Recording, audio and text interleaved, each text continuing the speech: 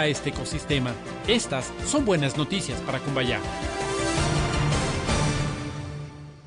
Fin de espacio promocional y publicitario. La revista de opinión Democracia se transmite por XFM 92.5 en Quito y 89.7 en Riobamba. Democracia 920 AM y Democracia TV para todo el mundo.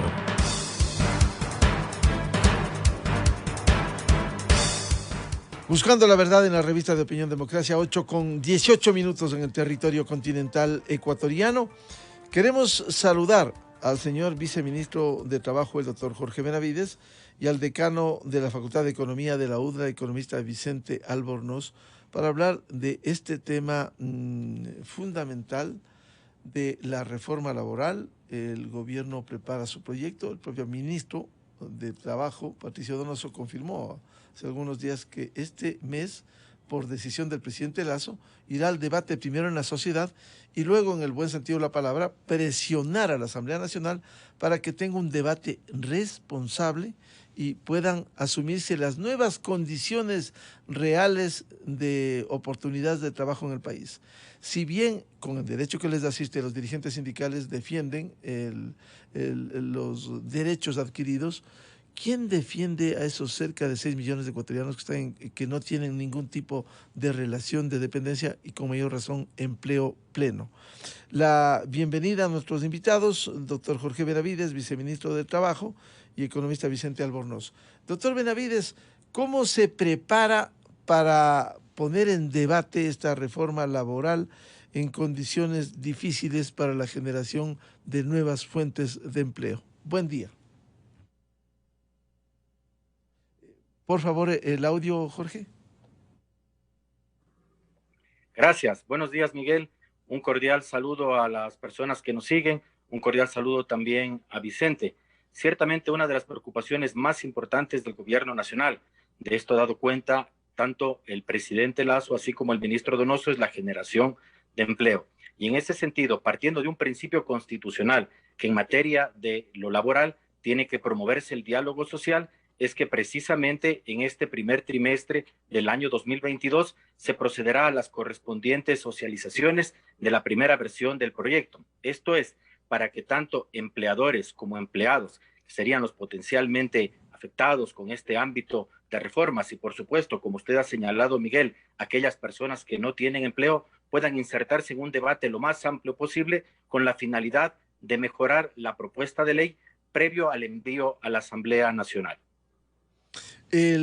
¿Cómo se va a operar con este proyecto? ¿Cómo van a funcionar las mesas de trabajo para que haya el mayor aporte de todos los sectores?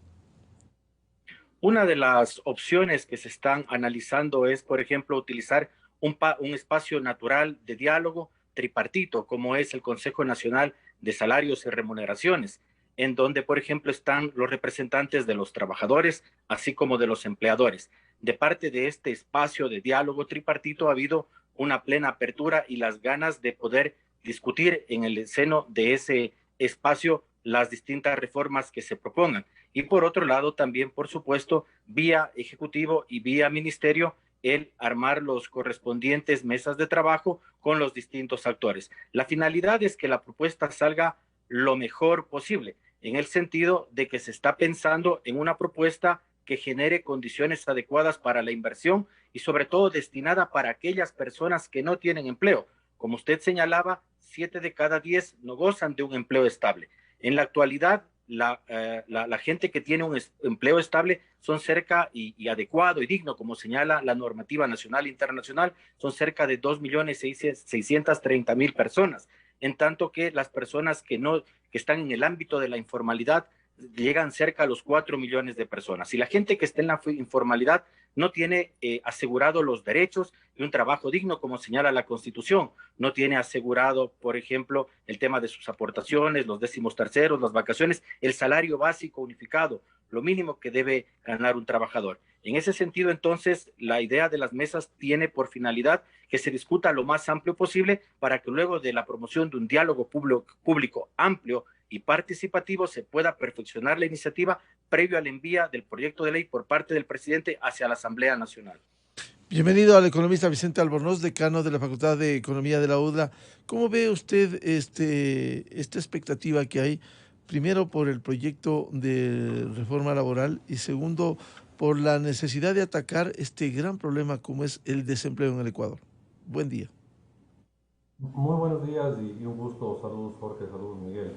A ver, am, yo lo veo con cierto optimismo a la posibilidad de hacer una reforma laboral. A ver, déjeme salirme un poquito del tema. Hace poco tuvimos la reforma tributaria y la reforma tributaria fue durísima. ¿Por qué? Porque a nadie le gusta que le suban impuestos. Y esto es medio obvio, es medio natural. A nadie le gusta que le suban impuestos. Pero yo creo que sí se puede lograr, a diferencia de la reforma tributaria, que es un tema que a todo el mundo le disgusta, yo creo que en el tema laboral sí se puede lograr consensos a favor de una reforma laboral.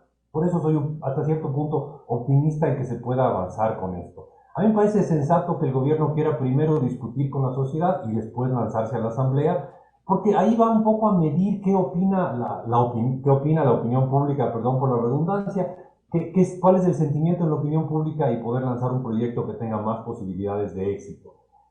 Yo creo que si es que uno pregunta a los ecuatorianos, y hace una encuesta y dice, oiga, ¿usted quiere que le suban impuestos? Toditos vamos a decir que no. Pero si se hace la misma encuesta y se dice, oiga, ¿usted quisiera un cambio en el código laboral que permita incorporar más gente que ahora está en el mundo informal, en el subempleo, etcétera, hacia el mundo formal? Yo personalmente creo que va a haber una enorme mayoría a favor de eso. Y creo que eso también, a ver, una cosa es ir hacia la población y discutir sobre este verbo que no me gusta nada a mí, que es el socializar, etcétera, etcétera. Pero una cosa es hacer eso y otra cosa es después, con esos insumos, ir a la asamblea y decirles a los asambleístas, vean señores, la abrumadora mayoría del público quiere hacer esto, por lo tanto, lo lógico sería que ustedes aprueben esta reforma. Yo soy optimista en la posibilidad de que se apruebe una reforma. Ahora, ¿por qué es importante hacer una reforma? Quiero argumentar dos cosas. Es importante hacer una reforma, así sea chiquita, y es ideal hacer una buena reforma.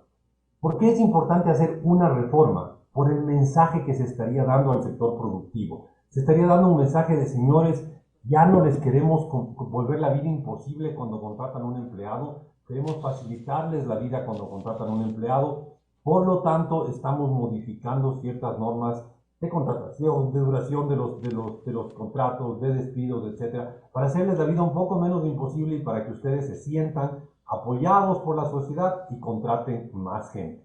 Ese es lo uno, y por eso debería haber una reforma, así sea imperfecta, una reforma ya es un avance importante. Ojalá Economista la reforma sea Albornoz, una cosa grande y amplia. Perdón. economista Albornoz, usted que es un muy buen explicador, díganos, ¿qué implica una buena reforma? Una buena reforma laboral implicaría, a ver, déjenme retroceder un poco. ¿Por qué las empresas no contratan más empleados? Hay miles de razones por las cuales no contratan más empleados. Una es el alto salario. Sí, la verdad, el salario de 4.25 desincentiva a contratar empleados. Pero otra es que si yo contrato un empleado, estoy haciendo una apuesta. Estoy apostando por esa persona. Estoy apostando porque esa persona va a ser productiva y le va a ayudar a mi empresa. Si después de un tiempo resulta que esa persona no es productiva o no me fue bien en el negocio en el que estaba metiéndome o cualquier otra cosa, es carísimo despedir a una persona. Si usted contrata a una persona por 3 meses y un día le cuesta una fortuna despedir a esa persona. Muchas empresas analizan eso y con mucho más detalle de lo que estoy diciendo yo en este momento y lo que dicen es, no, pues la probabilidad de que tengan que despedir es medianamente alta. Entonces, antes de arriesgarme a pagar esa fortuna por despedir a un empleado, mejor ni siquiera le contrato. Entonces, ni siquiera se crea el puesto de trabajo, ni siquiera hay el espacio de 3 meses hasta decidir si se queda o no. Entonces, muchas empresas simple y sencillamente no contratan. Ese es el problema. Ese es el problema por la estructura de los contratos laborales que tiene hoy día el país. Entonces, si bajáramos un poco eso, habría empresas que se atrevan a lanzarse a contratar personas. Si les va bien, se quedan con esas personas. Si les va mal, terminan los contratos. Ahorita no se lanzan porque es demasiado complicado terminar un contrato laboral. Entonces, ese es el cambio ideal. Ahora, si estuviera un cambio pequeño, Ya sería un avance. Si hubiera un cambio grande, sería ideal. Doctor Jorge Benavides, usted anunció en una entrevista con Diario El Universo hace pocos días, ayer, perdón, que se podrían crear este año 500.000 puestos con la aprobación de la ley. ¿Qué hace garantizar esta perspectiva buena, por cierto, de que se generen estos 500.000 puestos? Cerca de los 7 meses de gestión del presidente Lazo se han generado aproximadamente 290.000 puestos de trabajo. Esto supondría que la promesa realizada en inicio, que es generar 2 millones de empleo a lo largo de 4 años, y si se tuviese la posibilidad de aprobar esta ley de oportunidades, que como digo, va pensada para aquellas personas que no tienen empleo, un cálculo podría, estimativo, generar 500.000 de empleos, incluso un poco más. En todo caso, lo importante es que existe una evidencia de que en cerca de un poquito más de 7 meses, al corte a fin de diciembre, se han generado cerca de 288.000 puestos de trabajo, con lo cual, con las condiciones adecuadas, más la inversión, más el hecho de que se ha puesto en marcha ya esta propuesta, bueno, que ya es una realidad, de otorgar créditos al 1% a 30 años, más todos los diálogos que se hacen en espacios internacionales para promover el tema de las inversiones extranjeras, dan cuenta de la suerte de abordaje estructural al problema de la empleabilidad que hace el gobierno del encuentro, con la finalidad precisamente de que se pueda acometer este problema a través de alternativas que tengan que ver con la reforma tributaria y reformas laborales que van de la mano a reformas de seguridad social. Actualmente el Código del Trabajo tiene cerca de 84 años de vigencia y no se adecua a las condiciones de un mercado complejo, un mercado post pandemia, en donde es necesario tener un ordenamiento jurídico más dúctil que permita precisamente generar incentivos y que no vuelva tan cara la contratación. Eso genera desincentivos cuando es muy complicado la contratación, cuando sale muy caro la desvinculación. Entonces, en ese contexto, creo que todas esas reformas, reitero, el tema tributario que pasó por el Ministerio de la Ley, el hecho de promover la inversión extranjera, los créditos al 1% a 30 años, permiten pensar que en una proyección podría hablarse de que en este año 2022, y por supuesto teniendo de fondo la normativa que sería la reforma laboral, la posibilidad de generar menos 500.000 empleos por este año. Dentro de las nuevas modalidades de trabajo que se buscan, ¿qué implicaría el plazo fijo, doctor Benavides? Eso es importante para que los ciudadanos nos comprendan. Anteriormente estaba contemplado una modalidad de contrato a plazo fijo. La propuesta es de que este contrato vuelva a estar dentro del ordenamiento jurídico y sintetizar la cantidad de contratos que existen en nuestro ordenamiento. Hay unos que están establecidos en el Código del Trabajo actual y hay otros que han sido nacidos a partir de acuerdos ministeriales. La idea es que este contrato a plazo fijo tenga una duración mínimo de 6 meses hasta 4 años y que quede claro que la posibilidad implica que dentro de ese plazo puedan contratar las partes libremente. Y si, por ejemplo, por parte del empleador se diera por terminado antes del tiempo establecido, hipotéticamente que se acuerde en 3 años, y si antes de los 3 años se diese por terminada la relación laboral de parte del empleador, significaría un despido intempestivo y daría la posibilidad para que se den las indemnizaciones correspondientes. No es como se señala por ahí que sería un periodo de prueba de 4 años, en lo absoluto. La posibilidad es dar un marco normativo, como señalo, que sea dúctil, que se adecue de buena forma a las realidades pospandémicas y al complejo problema de la empleabilidad. En el ejemplo que usted pone, doctor Benavides, decía Vicente Albornoz que hoy el costo de despido es carísimo, es altísimo. ¿En esta nueva modalidad se establecen las mismas condiciones o habría algún tipo de cambio en esa relación si es que hay un despido intempestivo? Se analiza, como está en el proyecto original, por ejemplo, aminorar ciertos temas relacionados a las indemnizaciones en despido intempestivo. Por ejemplo, actualmente es una remuneración por cada año de servicio cumplido, con un límite de 25. La propuesta, en principio, estaba pensada para un 50% de la última remuneración por cada año de servicio cumplido hasta máximo 15 años. Tener en consideración de que esta normativa sería complementaria a la que existe actualmente en el Código del Trabajo. Las personas que actualmente tienen trabajo, que son cerca de 2.631.000 personas que tienen este empleo adecuado, y de esta población, los que se rigen por el marco del Código del Trabajo mantendrán sus derechos como establece la normativa.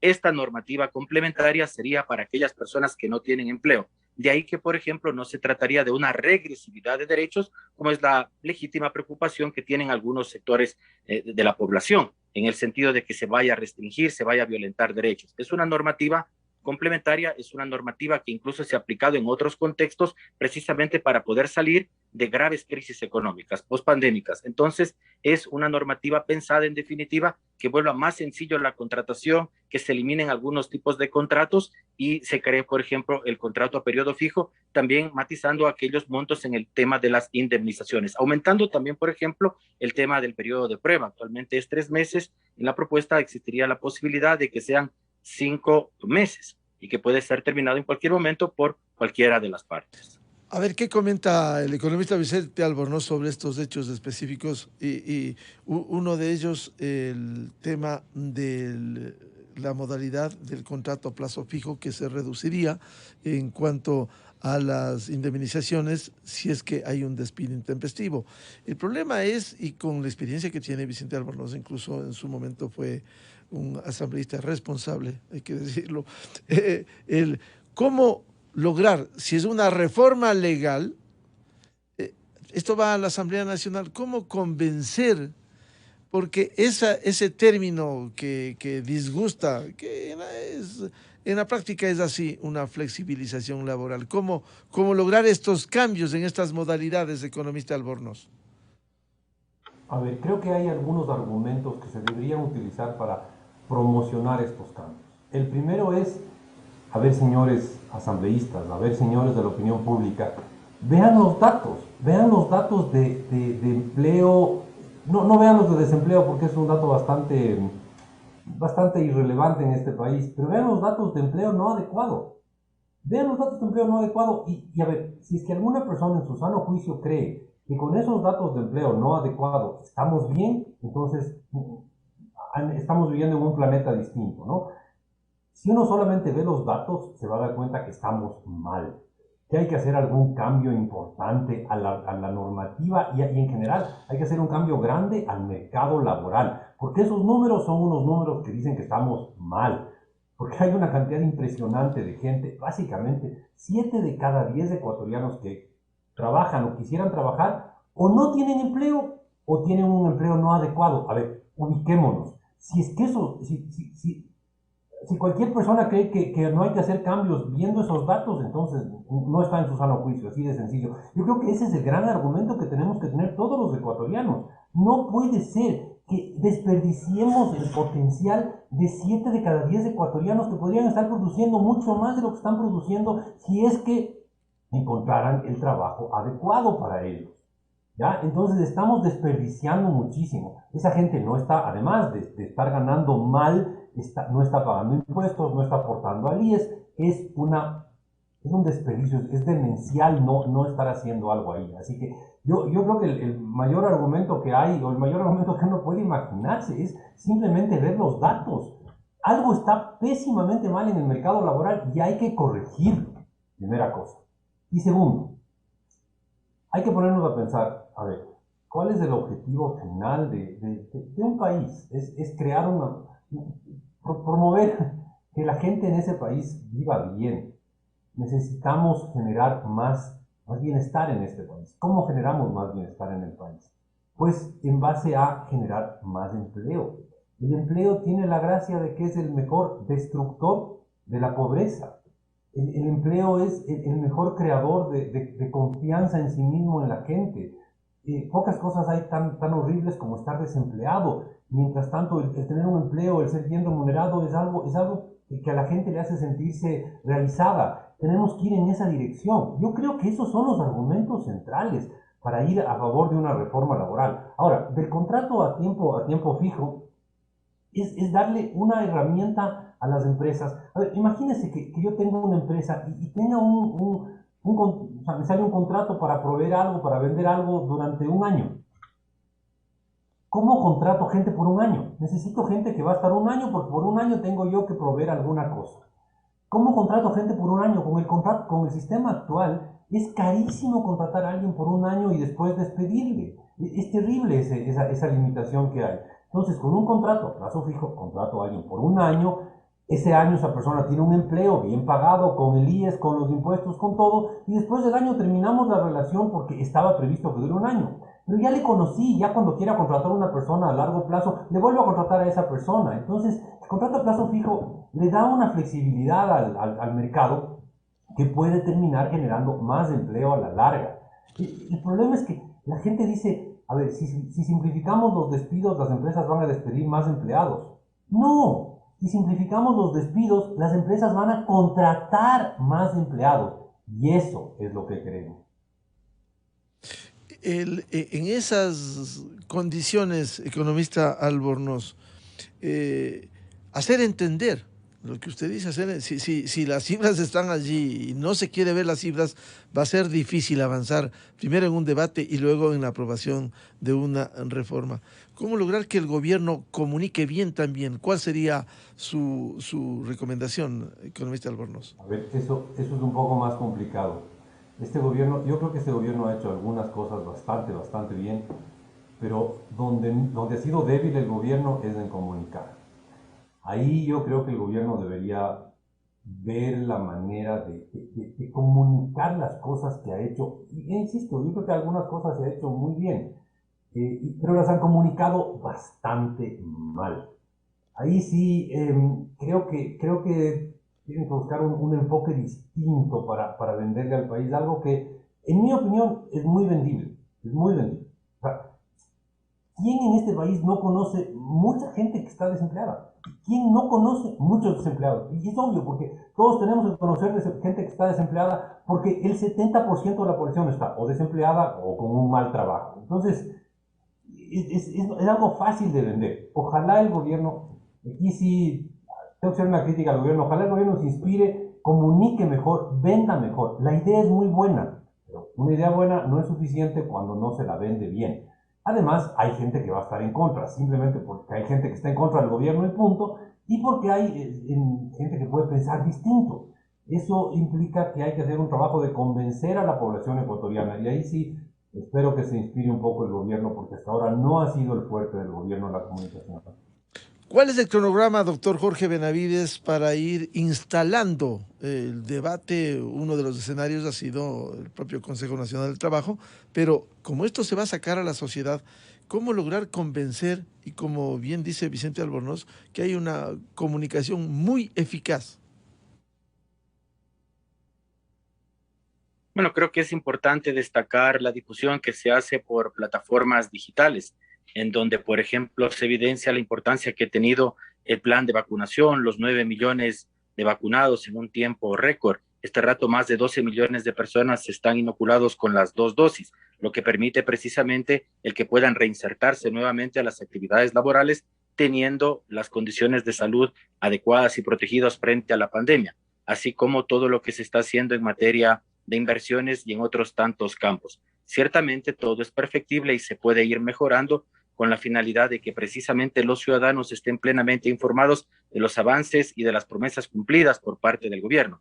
Una opción más allá, digamos, de este espacio formal que es el Consejo Nacional de Salarios, donde se discute, como decíamos, de manera tripartita entre trabajadores, empleadores y el Estado, son mesas de diálogo que se puedan ir articulando también en espacios del Ministerio del Trabajo, así como de la Presidencia, en donde se busque llegar a todos esos posiblemente afectados y sobre todo a la gran población que no tiene empleo. Algo que me parece importante que se ha señalado esta mañana es que hablamos de 4 millones de personas que se encuentran en la informalidad y esas cifras son suficientes para que los legisladores y todos los actores con poder público e inclusive aquellas personas que ya tienen trabajo y que son parte, digamos, de las dirigencias sindicales, reflexionen sobre la necesidad de apoyar a aquellas personas que no tienen empleo, porque el primer derecho precisamente es el acceso al trabajo para poder luego disfrutar de los otros derechos, un salario básico unificado, una remuneración que permita paulatinamente y gradualmente tener unas necesidades básicas satisfechas, los aportes a la seguridad social,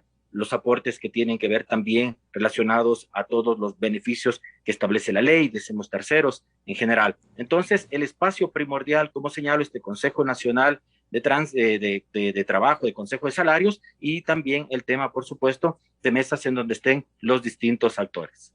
Doctor Benavides, quisiera que comente entre los tantos temas de esta reforma laboral, ¿cómo va a quedar el tema de la jubilación patronal, que ha sido polémico? Por cierto, y como ha aclarado el propio ministro, de aquí para atrás eso funciona, no se toca, pero de aquí en adelante, ¿cómo lograr una nueva figura, una capitalización, un fondo de ahorro? ¿Cómo se piensa presentar esto? Como ha señalado el ministro Donoso, ciertamente no se toca la jubilación patronal que está establecida en el Código del Trabajo. Los actuales trabajadores que se someten a la normativa expedida en 1938 mantienen su régimen.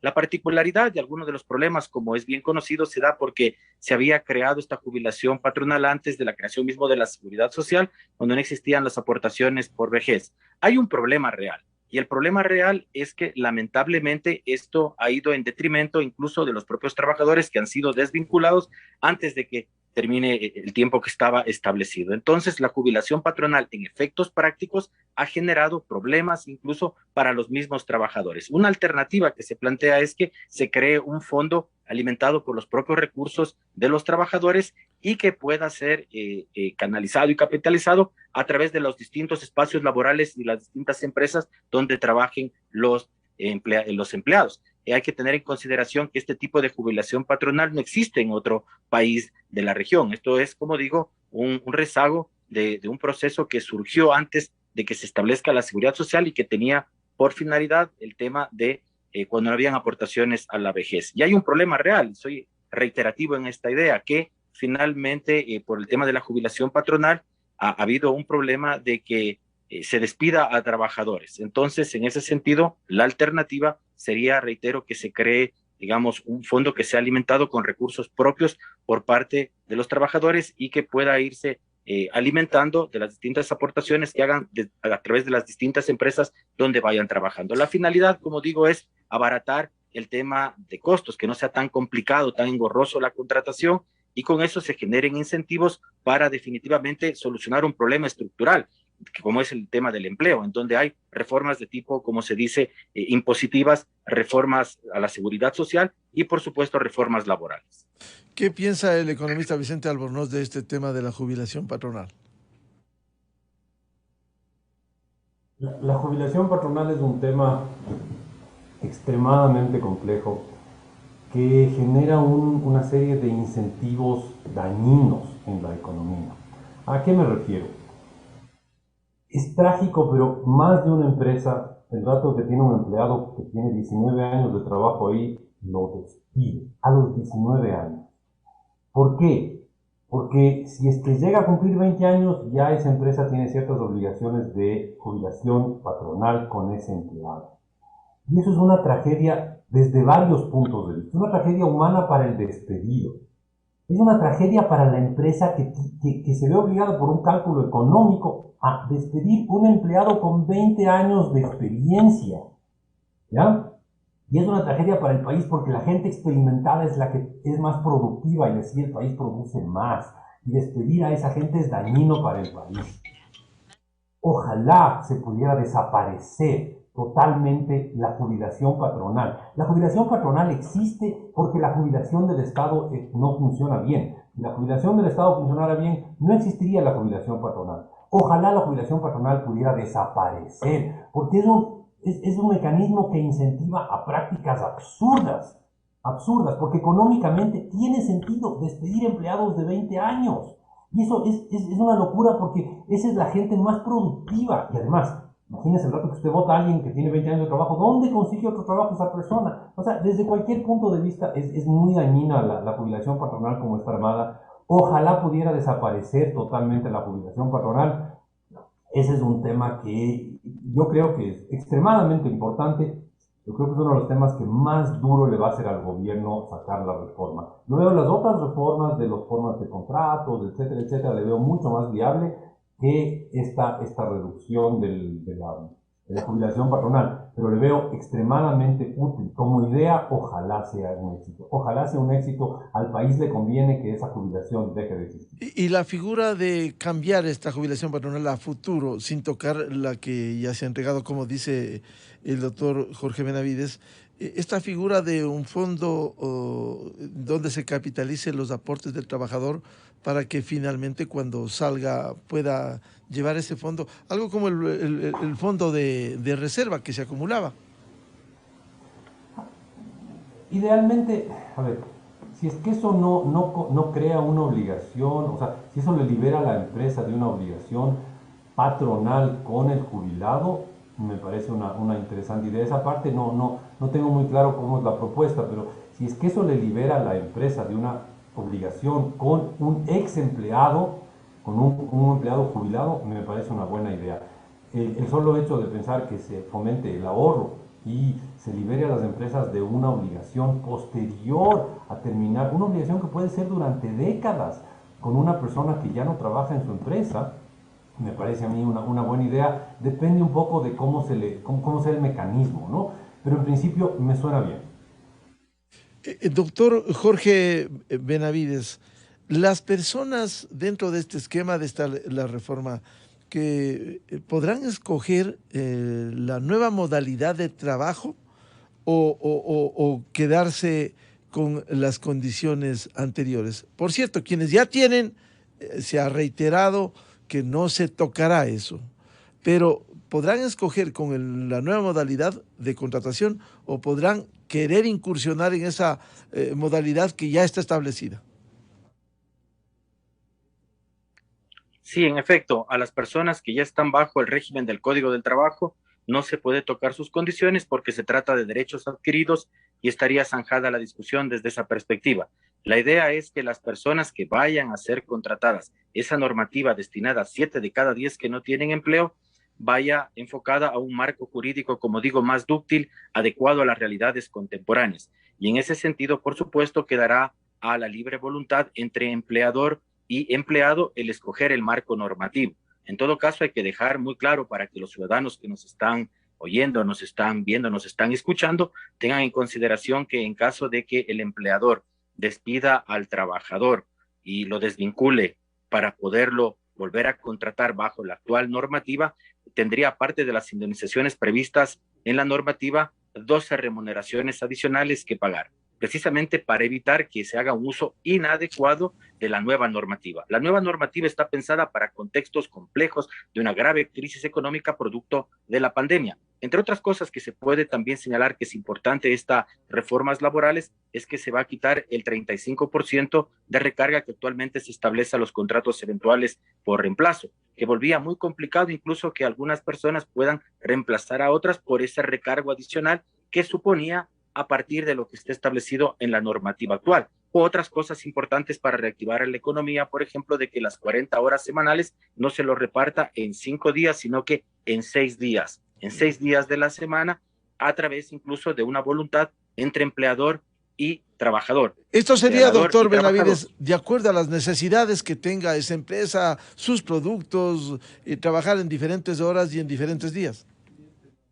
Así es, precisamente para generar movilidad. En contextos de crisis, qué mejor que proporcionar las herramientas adecuadas a través de un marco normativo que se adecue a lo que establecen los nuevos contextos. Por ejemplo, actualmente tiene solo la posibilidad de trabajar 8 horas por día. Existiría la posibilidad en la nueva normativa trabajar incluso hasta 12 horas por día. Obviamente, esto sería sumado a lo largo de los 6 días. Si usted, por ejemplo, acumula más horas de las 8 durante varios días de la semana, probablemente tenga libre el resto de días. Entonces es adecuarse a las nuevas condiciones de los mercados laborales, siempre pensando desde una perspectiva social. No hay nada más precario, como ha señalado el presidente de la República, que no tener trabajo.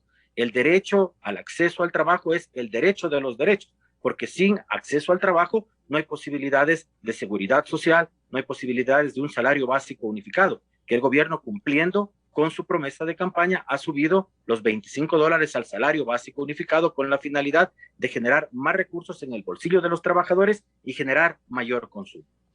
Economista Vicente Albornoz, ¿cómo ve esta idea, esta posibilidad que se plantea de que sea de alguna manera opcional que el trabajador y el empleador acuerden el régimen de contratación y por otro el distribuir las horas durante la semana de acuerdo a las necesidades productivas.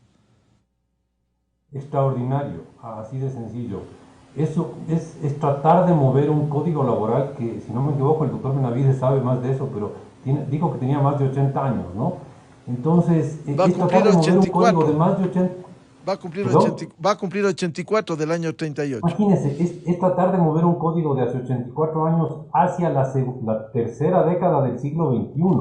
Ahora necesitamos mucho más flexibilidad en el trabajo. Es decir, a veces uno tendrá que trabajar el lunes 6 horas y el martes 10, pues así no hay nada que hacer, pues así es el mundo actual y tal vez el miércoles no trabaja, pero el jueves y el viernes tiene que trabajar 11 horas cada día. Yo que sé, alguna cosa de esas. Es mover un código de hace 8 décadas hacia la tercera década del siglo XXI. Es un código de los años 30. Entonces es un paso importantísimo el volver un poco más flexible. El mundo hace 80 años estaba lleno de, el mundo occidental, no el Ecuador estaba lleno de haciendas en esa época. El mundo en esa época, cuando se redactó este código, estaba lleno de fábricas, donde había un horario fijo de trabajo de 9 de la mañana a 5 de la tarde, yo que sé, cosas exactas y se repetía todos los mismos días, etcétera, etcétera. Hoy vivimos en un mundo en donde la flexibilidad es la clave. Hoy vivimos en el mundo de Uber, de Airbnb, de mil cosas que lo único que hacen es requerir flexibilidad de los trabajadores y de las empresas para poder producir. Y una cosa importante, podemos no hacer estas reformas.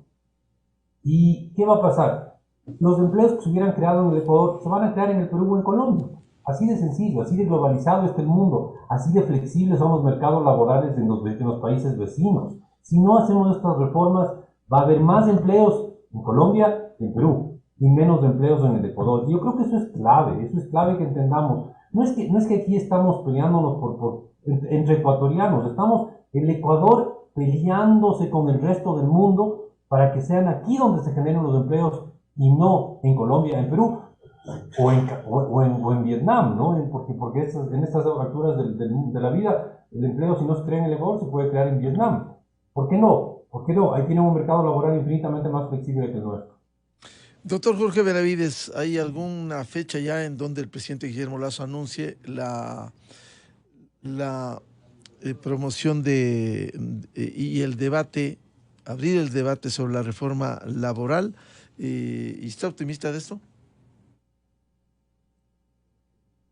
Sí, la idea es precisamente que ya este primer trimestre exista el debido debate entre los distintos actores para mejorar la propuesta inicial, que como se sabe, tiene algunos de los elementos que fueron enviados cuando se unificó las distintas iniciativas que suponían reformas tributarias y reformas laborales. Dicho sea de paso, que de manera inconstitucional el CAL procedió a no calificarlo, señalando que no era constitucional porque no había un hilo argumental entre todas las materias. Pero bueno, más allá de eso, la importancia del diálogo público es fundamental. No lo digo yo, no lo dice el gobierno, sino que está establecido en la propia Constitución entre los principios que rigen al derecho laboral, que es un derecho social, un derecho enfocado precisamente en el diálogo entre los distintos actores. Lo importante es que la propuesta, como digo, en un espacio institucional como el Consejo Nacional de Salarios, en donde están representados los trabajadores, y en ese espacio hay que reconocer la apertura importante que han tenido los representantes de los trabajadores para concientizar que la actual situación es muy complicada en el ámbito del acceso al trabajo y es necesario promover reformas que mejoren estas condiciones de empleabilidad.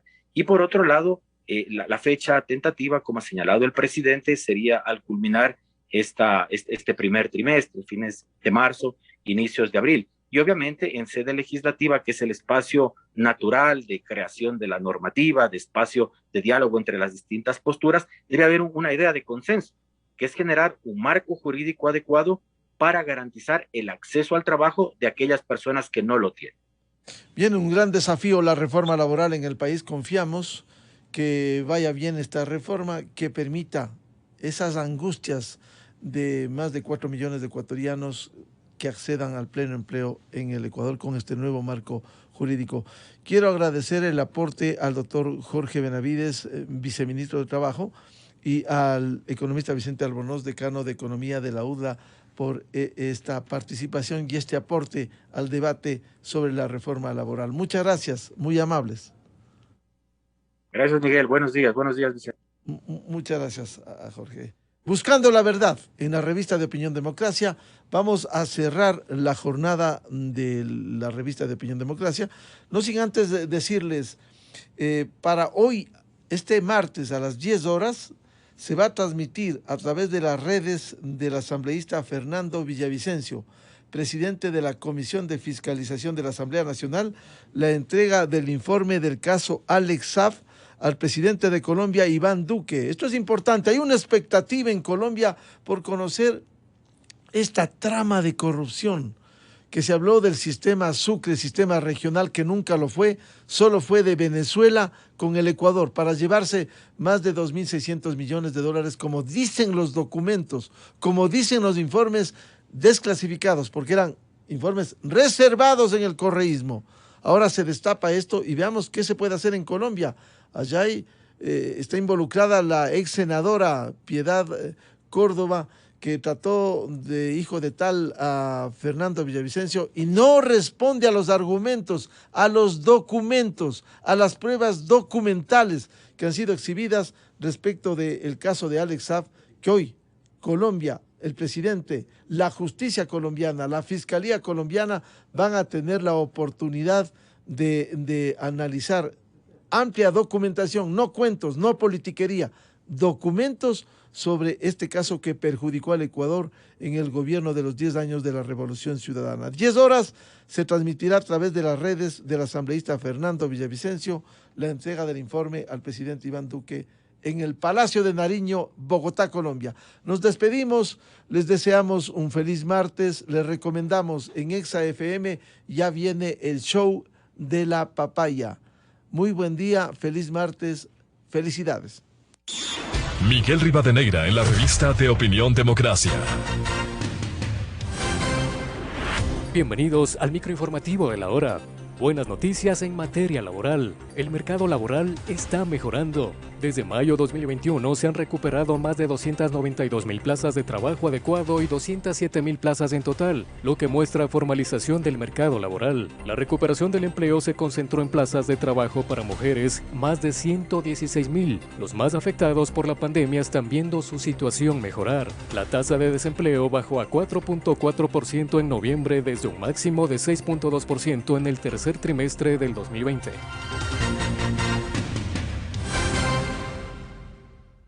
La revista de Opinión Democracia agradece a las siguientes marcas. Inicio de espacio promocional y publicitario.